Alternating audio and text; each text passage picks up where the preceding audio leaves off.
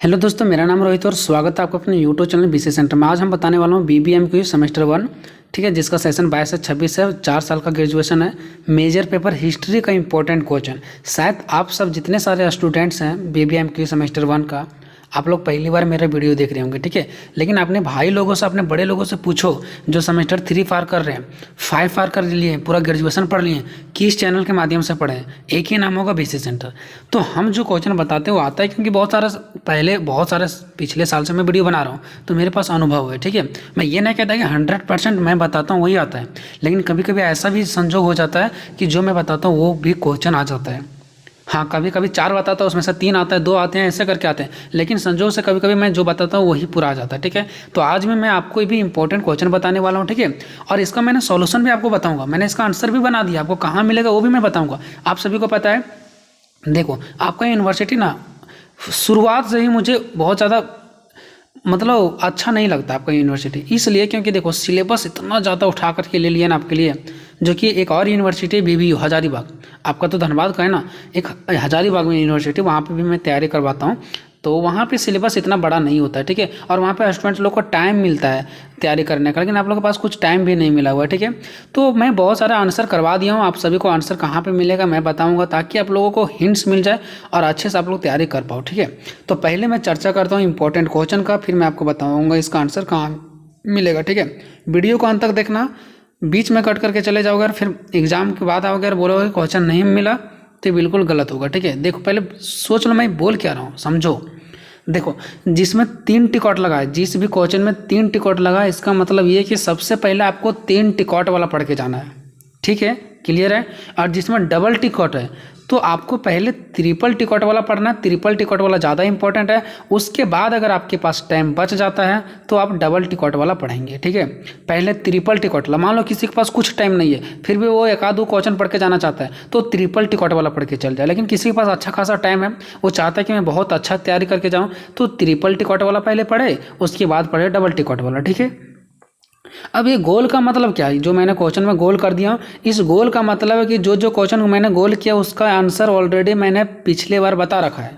जो पिछले सेमेस्टर वालों को बताया था मैंने पिछले यूनिवर्सिटी बीबीयू में, वही सेम क्वेश्चन आपका मैच कर रहा है। तो आप यूट्यूब पे जाकर सर्च करो प्राचीन भारत के इतिहास मुख्य स्रोतों का वर्णन करें और मेरा चैनल का नाम डाल दो बीसी सेंटर, आराम से आ जाएगा वीडियो, ठीक है। तो जो मैंने क्वेश्चन को गोल किया वो क्वेश्चन का आंसर जो ऑलरेडी है वो मैंने बना दिया, ठीक है। तो ये सब का आंसर मिलेगा कहाँ, तो डिस्क्रिप्शन, आप लोग जानते हैं, डिस्क्रिप्शन में जाओ, एक लिंक मिलेगा, वहाँ पे लिखा रहेगा मेजर हिस्ट्री का ऑल वीडियो। जैसे उस पर क्लिक करेंगे आपके पास बहुत सारे वीडियो ओपन हो जाएगा, जितना सारा मैंने सॉल्यूशन करा दिया सारा वीडियो ओपन हो जाएगा। आप सीरियल वाइज उसको देखते रहेंगे, या तो नीचे व्हाट्सएप ग्रुप का दिया गया लिंक, उस पर व्हाट्सएप ग्रुप में जुड़ जाओ, वहाँ पर मैं व्हाट्सएप पर सेंड करते रहता हूँ आप लोग के लिए क्वेश्चन, ठीक है। या तो कमेंट बॉक्स में चले जाओ, कमेंट में भी मैंने लिंक डाल दिया है, हर जगह मैंने डाल दिया, ठीक है।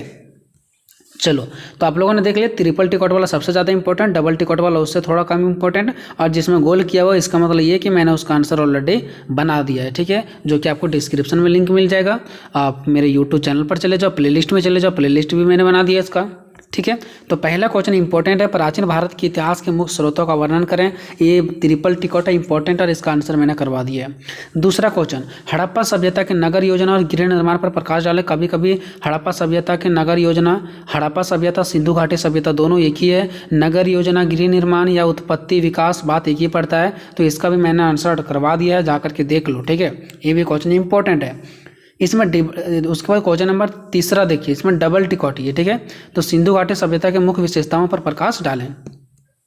एक चौथा में ट्रिपल टिकट लगा हुआ कि ऋग्वेदिक कालीन भारत की राजनीतिक, सामाजिक, आर्थिक एवं धार्मिक अवस्थाओं का वर्णन करें। ये भी क्वेश्चन मैंने बता दिया, जाकर के देख लो, इंपॉर्टेंट है और बहुत अच्छे तरीके से मैंने बताया, एक बार देखने पर आपको याद हो जाएगा, ठीक है।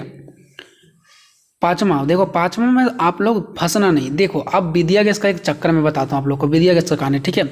विद्या गैस में क्या किया, आपका सिलेबस बहुत सारा है। विद्या गैस में ऑलरेडी क्वेश्चन क्या किया है, बहुत कम छाट करके दिया है। विद्या गैस को जो लगा है इंपॉर्टेंट वही दिया है। मतलब अगर आपका सिलेबस में 40 क्वेश्चन बनेगा तो विद्या गैस में 20 क्वेश्चन दिया, मतलब आधा आधी क्वेश्चन दिया, ठीक है। इस प्रकार से करके दिया है। तो आप लोग पूरा अगर ये सोच रहे होंगे कि विद्या गैस पर ही डिपेंड रहें, तो ये भी गलत है, ठीक है। तो हम विद्या गैस से कुछ बाहर भी क्वेश्चन लिए हैं जो आपका सिलेबस में है, जो कि सिलेबस वाला विद्या गैस में नहीं लिया है, ठीक है। तो यहाँ पे देखो क्वेश्चन नंबर 5, आपका क्वेश्चन में ऐसे आ सकता है कि गौतम बुद्ध के जीवन एवं उपदेशों का वर्णन करें, या तो महावीर बुद्ध के जीवन एवं उपदेशों का वर्णन करें, या जैन धर्म का विशेषताओं बताएं, या तो बौद्ध धर्म का विशेषता बताएं। ये दोनों आपको पढ़ना है। तो देखो यहाँ पे मैं आपको बताता हूँ, या तो गौतम बुद्ध वाला आ जाएगा, या तो मैंने ब्रैकेट में दिया महावीर वाला। तो देखो ये दोनों में से कोई भी आ सकता था, आपको दोनों पढ़ करके जाना है, ठीक है। जिस में से मैंने महावीर वाला बता दिया, गौतम बुद्ध वाला नहीं बताया, तो गौतम बुद्ध वाला मैं बता दूंगा, ठीक है। दो व्यक्ति हैं, गौतम बुद्ध और महावीर, तो ये दोनों के बारे में आपको पढ़ के जाना है। महावीर वाला मैंने बता दिया, गौतम बुद्ध वाला मैं बता दूंगा, ठीक है। अगर क्वेश्चन आ जाता जैन धर्म, तो जैन धर्म में आपको वही चीज़ लिखना है जो आप महावीर में पढ़ के जाएंगे। ध्यान से सुन लो, महावीर जो थे वो जैन धर्म के ही तीर्थकर थे। जो महावीर थे वो जैन धर्म का ही तीर्थकर थे। तो महावीर के बारे में अगर क्वेश्चन आ जाए तो महावीर वाला ही डालना। अगर जैन धर्म वाला भी आ जाएगा तब भी महावीर वाला ही डालना आपको। अगर गौतम बुद्ध वाला आ जाएगा तो गौतम बुद्ध वाला ही डालना। अगर वहाँ पर बौद्ध धर्म का आ जाएगा तब भी आपको गौतम बुद्ध वाला ही डालना है। इस बात को आपको ध्यान में रखना है, ठीक है। हालांकि मैं क्वेश्चन करवाऊंगा गौतम बुद्ध वाला, तो उस टाइम मैं क्लियर करा दूंगा। नेक्स्ट क्वेश्चन नंबर 6, ठीक है। इसमें भी 3 टिकट लगाए गए। चंद्रगुप्त मौर्य की उपलब्धियों का वर्णन करिए। क्वेश्चन मैंने नहीं करवाया तो मैं इसको कल करवा दूंगा, ठीक है। नेक्स्ट है 7वां क्वेश्चन, मौर्य साम्राज्य के पतन के कारणों इसका वर्णन करिए। ये भी क्वेश्चन इंपॉर्टेंट है, इसका भी मैं आंसर करवा दिया हूँ, जाकर के देख लेना, ठीक है। देखो क्वेश्चन नंबर 1, देखिए क्वेश्चन नंबर 8 है, अशोक के धम्म की अवधारणा का व्याख्या करो और धर्म प्रचार के लिए उन्होंने किन तरीकों को अपनाया। ये क्वेश्चन भी इंपॉर्टेंट है। फिर 9 नंबर देखिए, कनिष्ठ की उपलब्धियों का वर्णन करें। 10 नंबर है, समुद्रगुप्त की विजयों का वर्णन करें। 11 नंबर है, हर्षवर्धन के शासन प्रबंधन की विवेचना करें, ठीक है।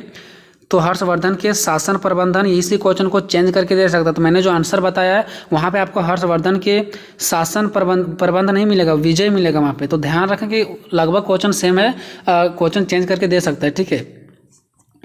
क्वेश्चन नंबर 12, चालुक्यों संस्कृति की उपलब्धियों का वर्णन करें। 13 नंबर है, पल्लवों की संस्कृति की उपलब्धियों का वर्णन करें। और 14 नंबर है, चोल का प्रशासनिक व्यवस्था का विवरण दीजिए।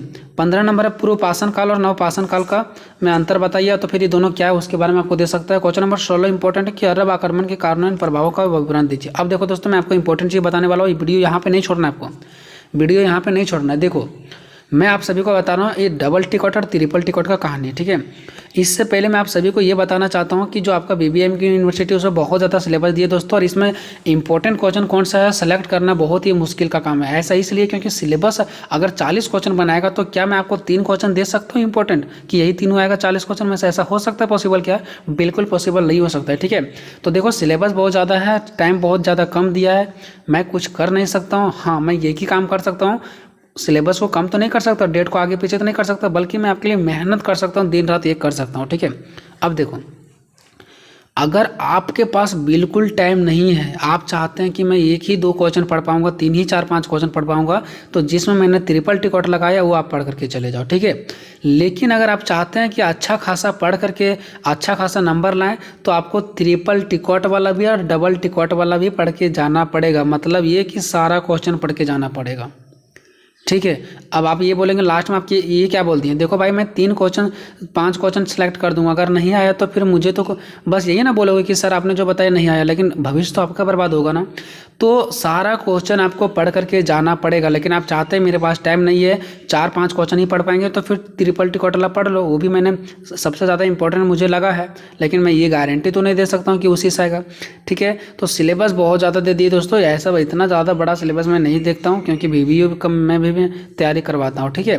तो अगर आप चाहते हैं अच्छा स्कोर करने के लिए तो आपको सारा पढ़ के जाना पड़ेगा, और अगर आप चाहते हैं कि नहीं मेरे पास टाइम नहीं तो आप ट्रिपल टिकट वाला पढ़ के जा सकते हैं, ठीक है। दोस्तों वीडियो कैसा लगा कमेंट बॉक्स में जरूर बताना। मिलेंगे नेक्स्ट वीडियो में, तब तक जय हिंद जय भारत।